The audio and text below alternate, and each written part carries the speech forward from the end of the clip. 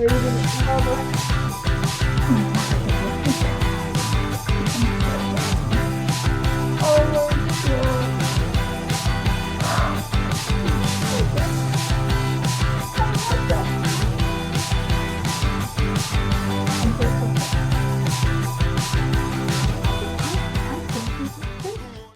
my goody god. I'm wearing my Christmas jumper and it's actually so freaking cozy and I love it so much.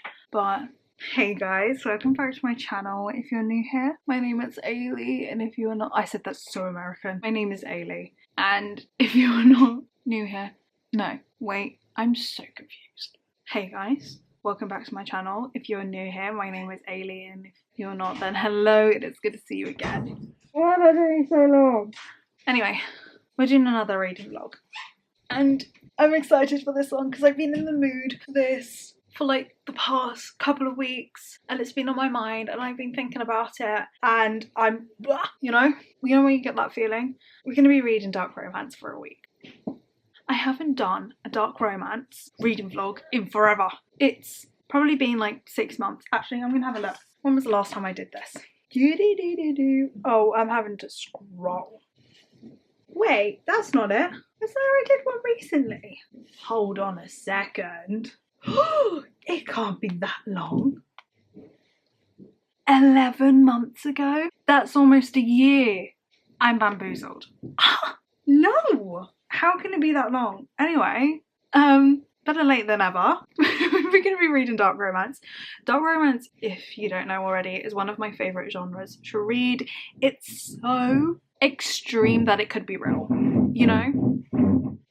Got this stuff going on upstairs, but I love it. I love morally grey characters. I love the action and the intensity, and that everything feels like it's amplified like 10 times, you know? Do you get like that? Do you get that? Yeah. Anyway, I haven't read a dark romance in a while, and the last time I think I read an actual, like, it was a dark fantasy. That's kind of what I've been getting my dark stuff from. But anyway, we're gonna start on Kindle because I was recommended this book and originally I wasn't planning on reading it. I have a lot of like physical books that I was planning on reading, but this is my exception. It is Lights Out by, what's her face? Navessa?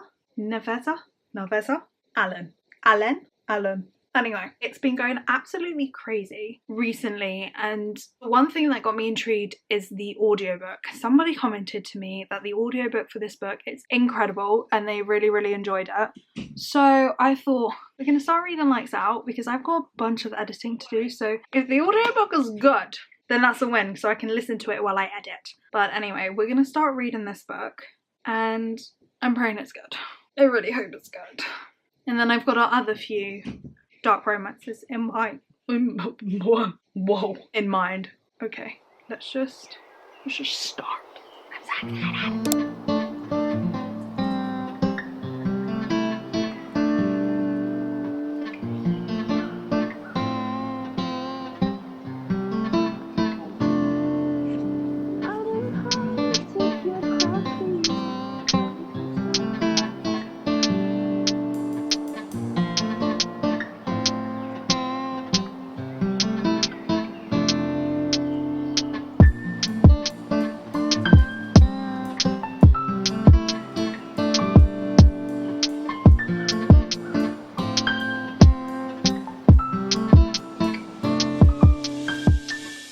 I'm already loving this book. Already freaking loving it because I'm gonna put that. Wow, that's so dull. Maybe not that. Maybe here. It's so different from the other dark romances that I've read before because, and I will tell you why. The guy, our lovely Josh, wasn't morally grey at the start. I've never seen that before. Like, always you go into the book and the guy is either like messed up, kind of a little bit like a psycho, knows what he likes, bish bash bosh, everything like that. Where Josh, on the other hand, is the complete opposite. It's as if he's discovering what he likes and realising that maybe he's not normal, but finding a girl who seems to like the same things. We're still in that early stages of stuff. I mean, The amount of trigger warnings are in this book is 1.5 pages, and that's ridiculous. And I'm only 22% through, so I haven't got into it at the moment, but guys, already it's got me so hooked and I'm loving it so much so far. I don't even want to say anything or spoil anything or like give any hints to anything, because if you haven't read the book, I really want you to read it. If you definitely like dark romance and you haven't read this book, then please read it, because I need to know thoughts and I want you to go in completely blind like I have to experience what I'm experiencing. But I'm actually going to listen to the audiobook for maybe a couple of chapters, because again, that's what you guys recommended me to do, is to listen to it. You were saying it was really, really good. So I want to do that while I do some editing and just get my reaction of how it is, because apparently the guy who voices Josh,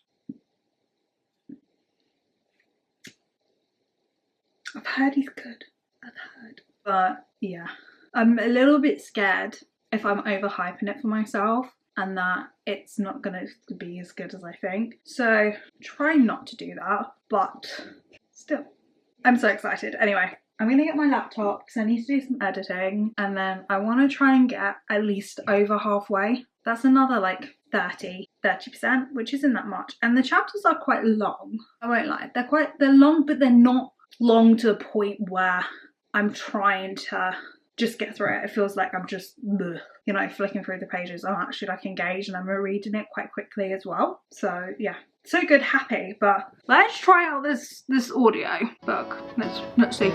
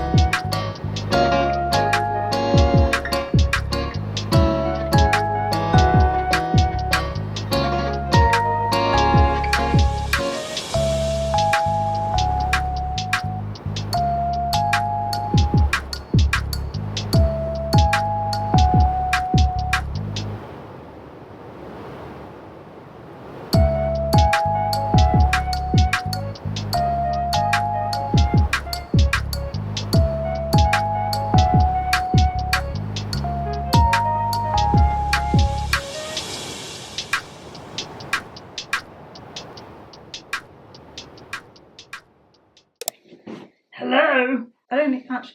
Alexa, what's the time? Good evening, Eilidh. The time is 6:09 p.m. There you go.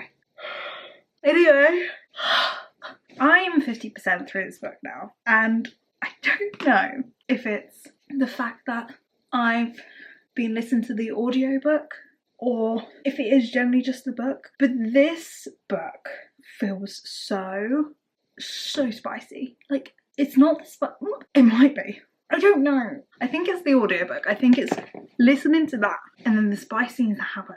I'm like, what have I just listened to? And usually I'm editing while listening to it and I have to stop and I'm like, what is happening? But I'm not gonna lie, look, you love it.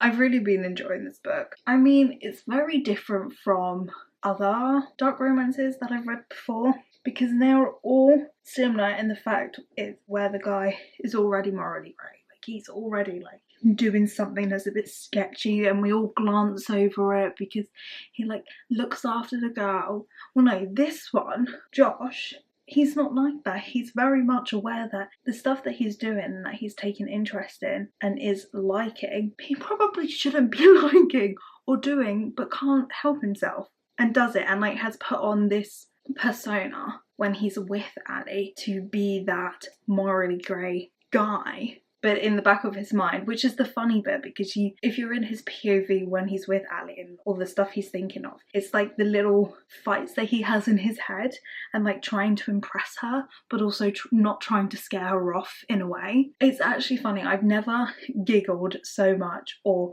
reacted so much to a dark romance book before, because I've always felt they're all really similar and just the same sort of storyline. So it's really nice having this difference, and to the point where I'm like, it's probably going to end up being a 5-star for me, because it's just, I'm just enjoying it that much. And I think I want to listen to the audiobook as well. Like, I want to hear the voices. Like, the voice actor who plays Josh, oh my god, love him. He's doing such a good job, and I could listen to it all day. I don't want to stop listening to it, but I'll just be here just listening, which I could probably do, but I need something to do with my eyes if I'm going to listen to it. So I've just been editing, but I think I'm just going to read up my Kindle for a bit more and just try and finish the book tonight, because I really wanted to start the next one as well tonight, but I don't think that's going to happen, which is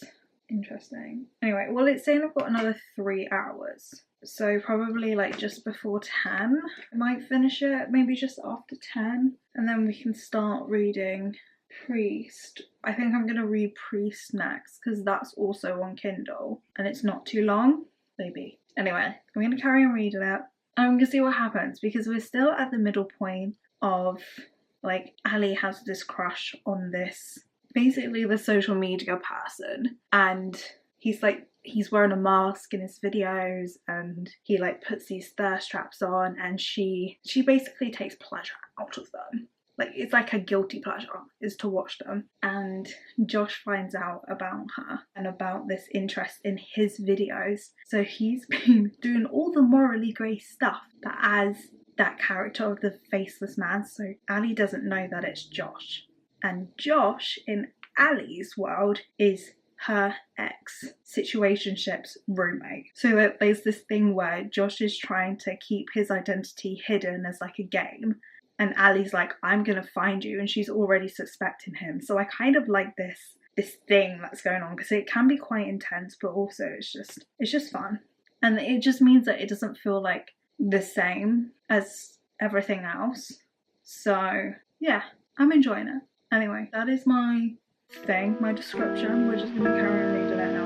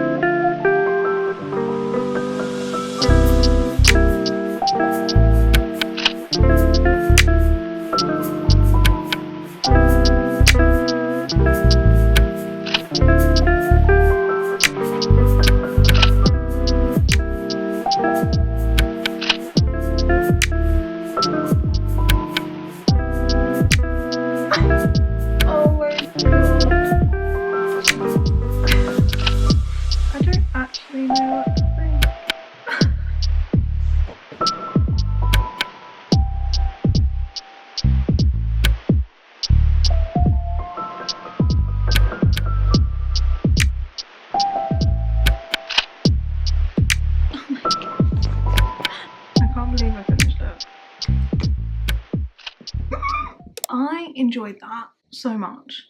I ended up giving it a 4 stars, but the actual whole plot of the book was so different from what I'm used to when it comes to dark romances. Like, that was so refreshing, and it was funny. It kind of, like, the humour not really reminded me of Butcher and Blackbird, but I got the same feeling with that book, with me just giggling and laughing. More just when we were in Josh's POV, and just, oh, he was hilarious and cute, and just, it was good. But I also like the fact that there were still elements of dark romance in there. Like, there was still the mob, I guess, like, and how that was part of Ali's family. Like, I didn't expect that. And then also the whole serial killer relation with Josh. So there was like little bits of elements, but the actual 2 characters themselves were not in those worlds. they were just grew up with it and have like seen it, and it was their normal, but in their everyday lives it wasn't, and they were kind of like learning and experiencing things together that maybe wasn't normal and things, and it was just so enjoyable, and I really enjoyed it, and it was just great. It was fun.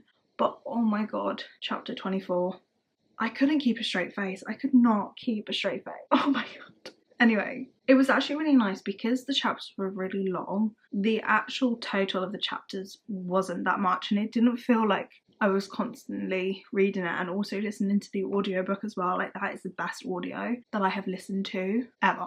Just to clarify, I haven't listened to that many audiobooks, but that was the best one. Like, the voice actors in that, so good. So good. And I think that's why I loved it more, and that I was able to edit, listen to it and do it. There was part of me that wanted to listen to it and read it at the same time, but I didn't know if that was weird. For some reason in my mind I'm like, that's weird, why would I do that? But I might give it a go another time. Anyway, we're gonna move on, and I really want to read this book. It's not very long, it's supposed to be good, it's just over 300 pages, and it's the book to read. You know, so I'm gonna start this now. I'm freezing cold, and I kind of want to finish it tonight as well. So I'm pretty sure it's on Kindle Unlimited as well. Anyway, no idea what it's about. All I know is actually about a priest, and for some reason the title, I didn't think that when I first got it. It wasn't until like I saw something on social media, and I was like, oh, it's literally about a priest. Anyway, let's go.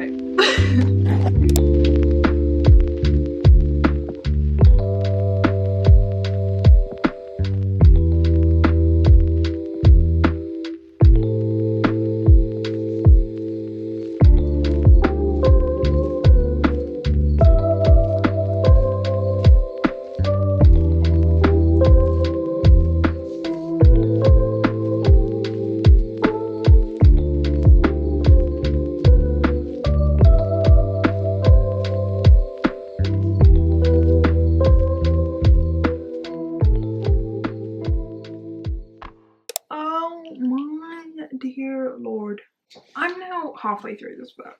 I've been reading it on my Kindle, and I don't know what to think.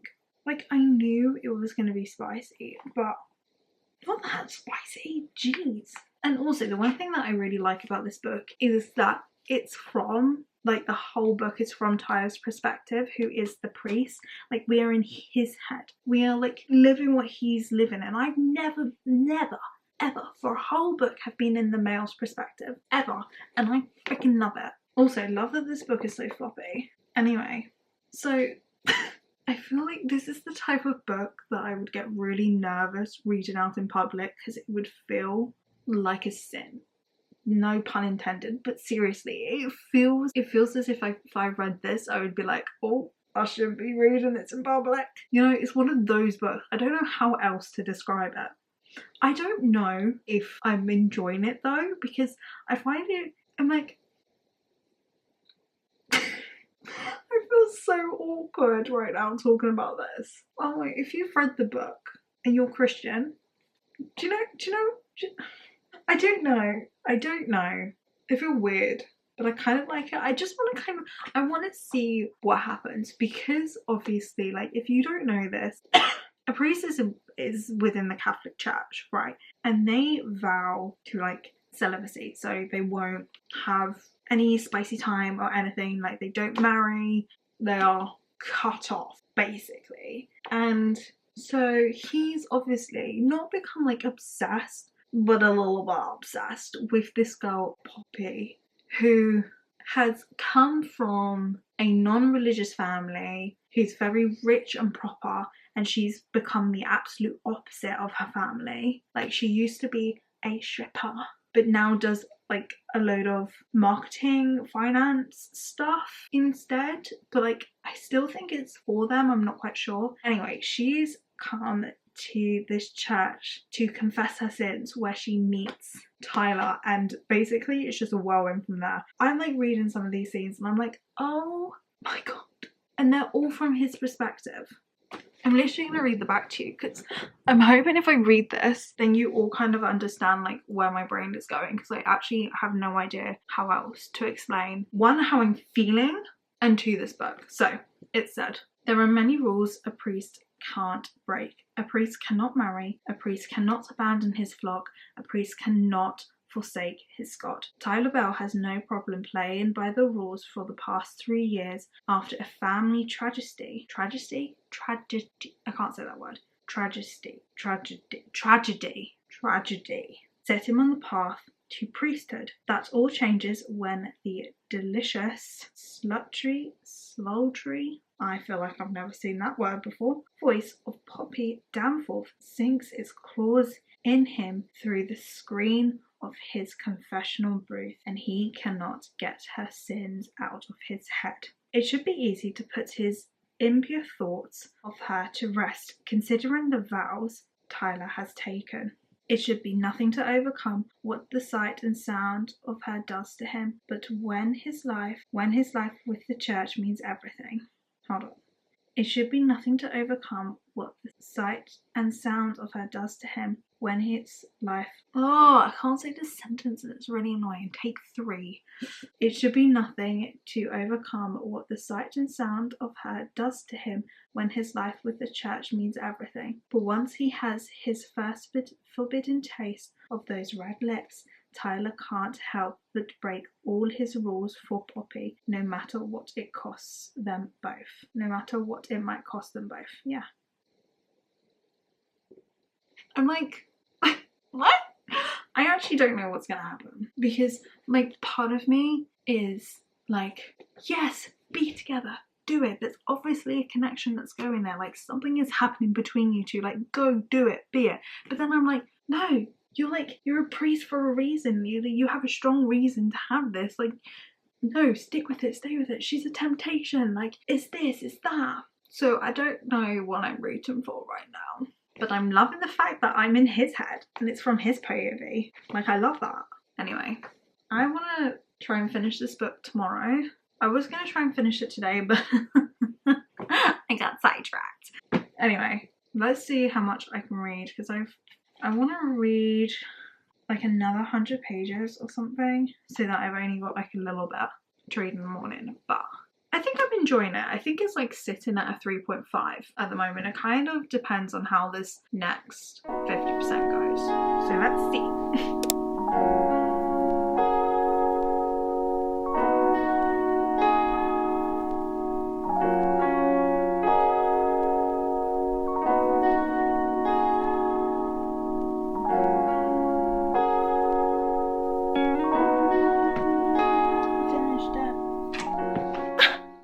So tired, but let's quickly talk about this. I'm not quite sure how to help you with that. I finished the book. It is so much later than I thought. I usually want to be asleep by this time. Okay. I ended up giving the book with 4 stars. 4 stars. I was thinking of 3, but actually, I enjoyed it more than I thought. And I'll tell you for one, isn't it a dark romance? I'm not 100% certain, just because like there wasn't really, in my opinion, anything like dark about it. There was no morally grey character, there was no like gore, blood, blah blah blah. The only thing that was probably in the dark romance category was the spice, and the fact that it was very, what's the word, scandalous, because obviously our main character that we're following is a priest and he breaks his vow because of a woman. Like, that is probably the dark romance for it. But honestly, I did really enjoy this book because of how the character, the priest, didn't like run away from God. Like, it was a common theme throughout it, and it spoke really, really, really well of the relationship like Christians have with Jesus and God. And I really enjoyed that, because as a fellow Christian myself, I don't follow the Catholic teachings, but I liked seeing the feelings, the way that he was hearing you know, God's voice and the verses that we used from the Bible and all of these like little details that happened that fed into the plot,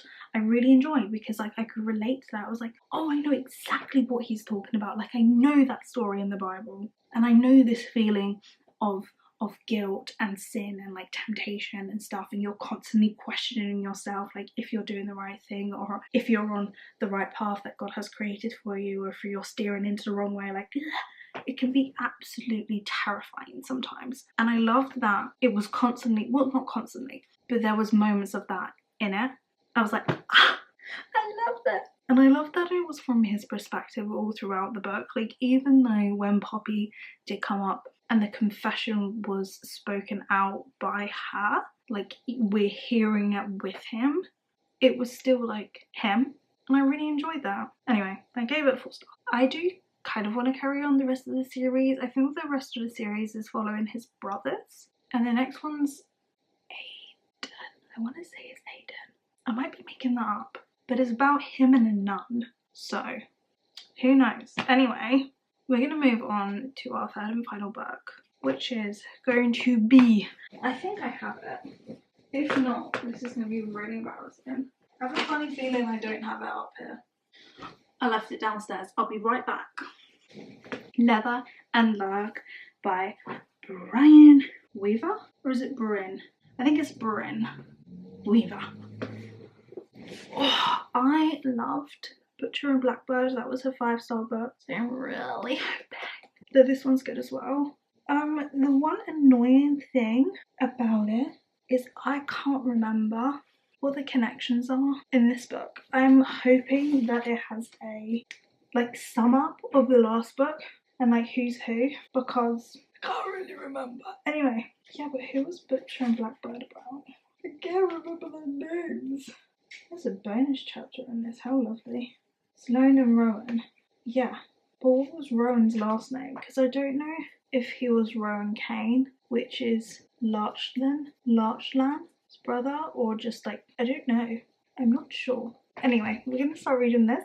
I'm so excited. And yeah, it's another serial killer. It said every killer claims a soul. Every phantom wants revenge. I've got no idea what it's about. I kind of want to read the back, but I also don't want to read the back. Okay. I was going to say let's start reading it tonight, but it is gone past midnight. And I have a funny feeling if I start reading this now, I'm not going to be waking up in the morning. I might start it tonight. I'm going to have a shower, get ready for bed. And if we start it now, then we start it now. We'll see.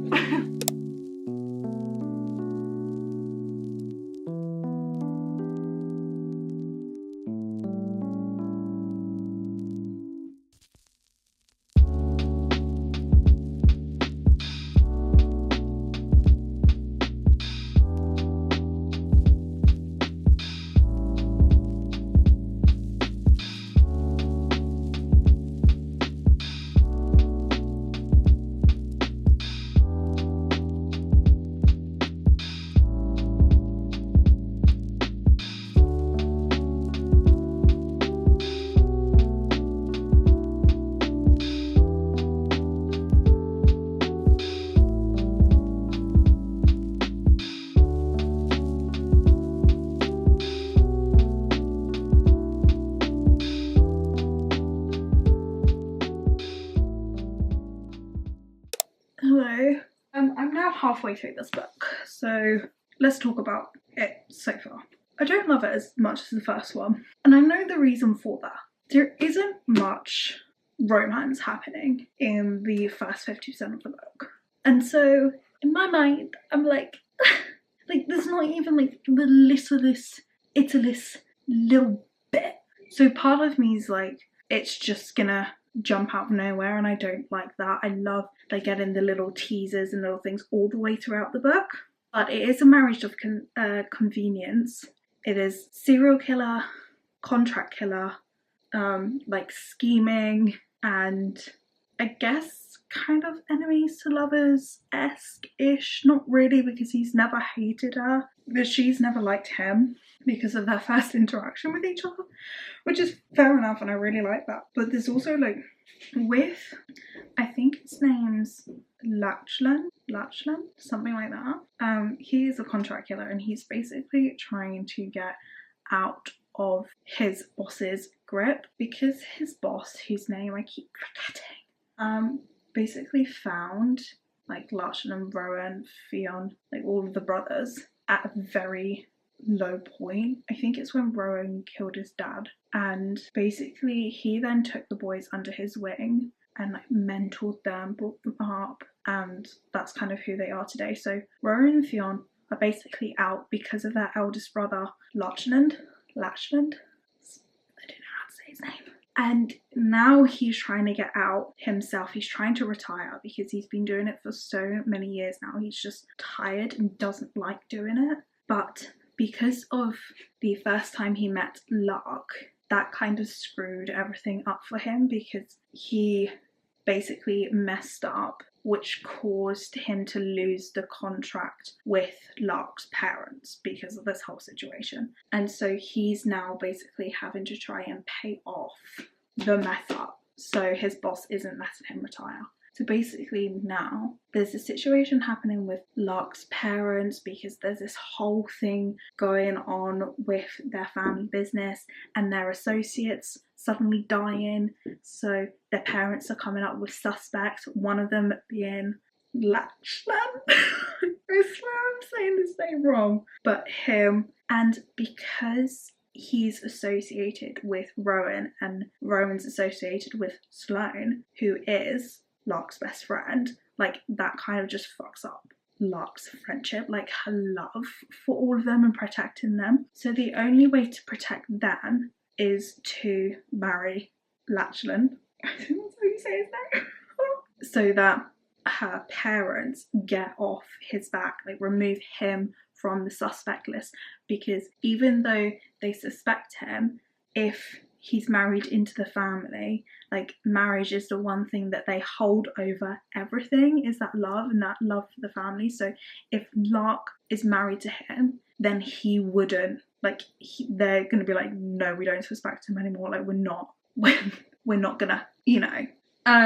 That's basically my summary, and that's the whole thing with Lark and why she says to him to marry him, but also she can then get the contracts back for I keep thinking about his name, Lachlan's boss, so that Lachlan can then retire. So Lark's like, look, I can protect you, but most of all I can protect Rowan and Sloane from my parents, but I would also get you contracts so that you can then retire and make your boss really, really happy. All you have to do is marry me. So that's kind of what is running off of this. But the one thing that Sloane, Rowan, like nobody knows except from her family is that Lark is actually a serial killer.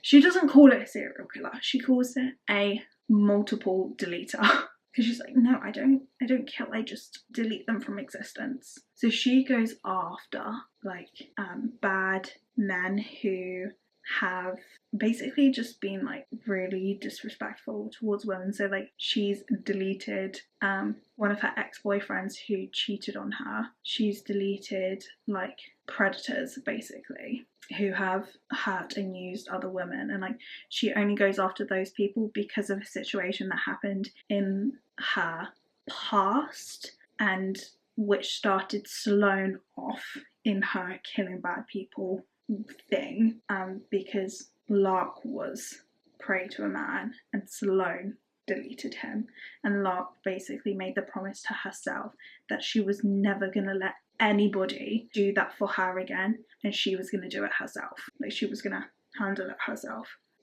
That's the best way I'm going to sum it up, but basically Sloane doesn't know that, nor does Rowan. The only people that kind of know that and kind of her tendencies is her parents, like no one else. Maybe her aunt, because her aunt was the one that came up with the marriage of convenience idea actually. I think that's it. But anyway, I've just got to the bit where Lachlan, I'm finding out how to say his name because I don't want to keep embarrassing myself if I'm saying his name wrong. Lachlan. Oh, it's Lachlan. Because there's an A in it. I'm dyslexic. Lachlan. Okay, Lachlan. That makes so much sense now. That's actually what my sister was going to be called if she was a boy. Lachlan. I'm so dumb. Anyway, he's found some of her trophies and he now, aside from her parents and aunt, I think her aunt knows, I'm not quite sure, about her darker hobbies. So it's getting interesting in that sense, and I know Lachlan really likes her, but like I don't know, like in the first 50%, like there hasn't been much like romance or like, you know, sexual tension between them, and that's like the one thing that I'm craving at the moment. But I need to finish this book today. It's gotta happen. So anyway, let's carry on reading. I'm just gonna bosh it out now and see where it goes. Okay.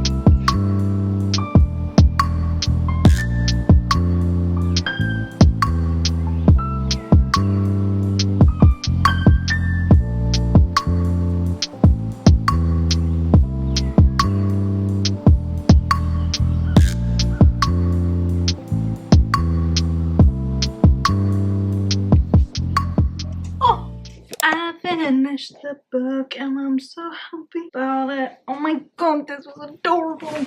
I say it was adorable, but it was with 2 killers, so you know, it was as adorable as it would get.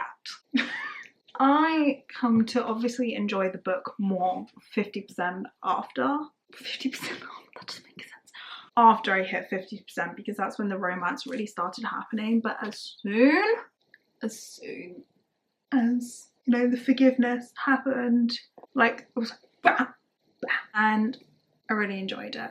I liked the whole part with the Phantom as well, because I swear the Phantom was introduced at the end of Butcher and Blackbird, and I was very much like, you know, so that was kind of nice. But really, it was cute. I actually really did enjoy it, so I think I'm gonna give it a 4. Obviously Butcher and Blackbird is my 5-star, so this one's a 4, but I'm excited for Rose and Theon's book next, because in the epilogue at the end of this one, it was Rose's perspective of what happened after the big like taboo scene, not taboo, but the big like, you know, scene where everything comes together and there's a huge fight, because why wouldn't there be? So we got her perspective in that, and Theon, and I'm like, so that comes out, I swear, in February, I think. So like 2 months, which isn't actually too bad. And I'm really excited to see their story, because obviously throughout this you've got little hints of them and things going on, but never the like full detail of things. So I'm excited for when that comes out. But yeah, Leather and Lark, it was so cute. It wasn't as like messed up as the first one, because obviously the first one was about 2 serial killers having a competition every year.